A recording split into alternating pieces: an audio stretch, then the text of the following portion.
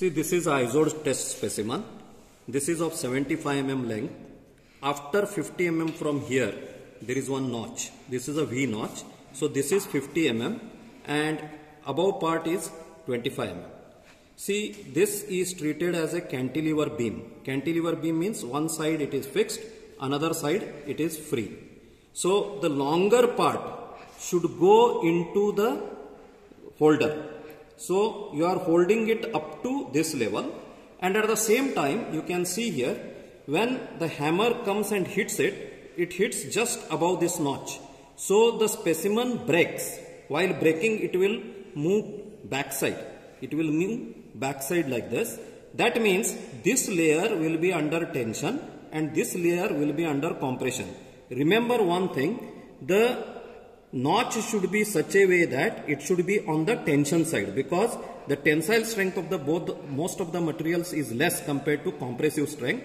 So the specimen breaks quite easily. So the notch now should face the hammer. In Charpy test, where it is treated as a simply supported beam, there the tension side will be the opposite side of the notch. That's why the notch should face the notch should be the opposite side of the hammer in the Charpy test, whereas in the ISO test it should be same side of the hammer.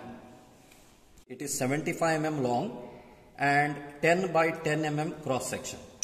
Then you can see here the notch. Notch is made from one side 50 mm. So this is 50 mm, this is 25 mm.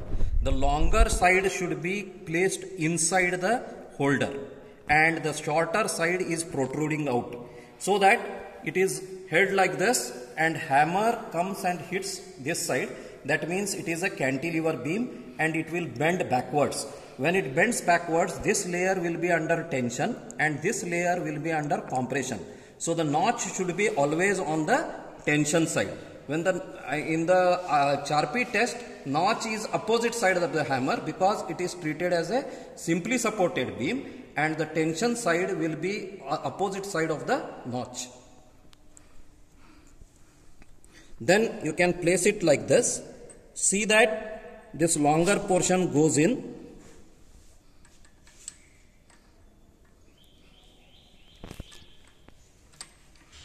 Longer portion goes in. This notch should be just on the surface. For that there is one gauge here. This gauge has to be placed. Hold this gauge like this and then you tighten the screw so that it will hold on to that position.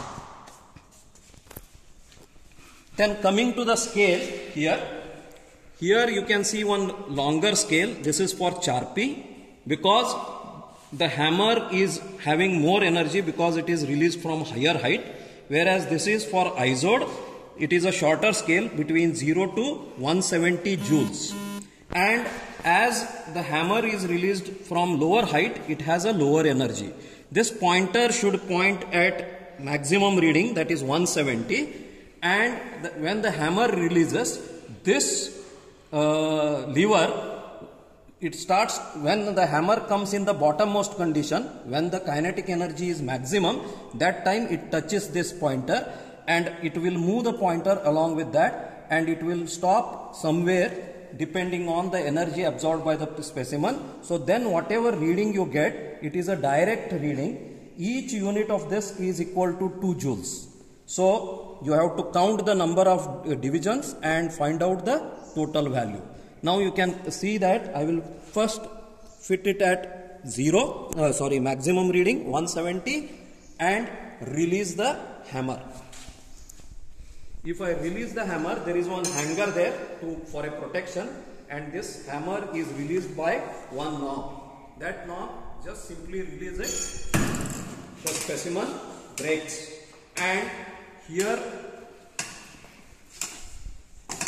there is a braking arrangement. It breaks, it will stop slowly. Once it stops, you can see the reading here.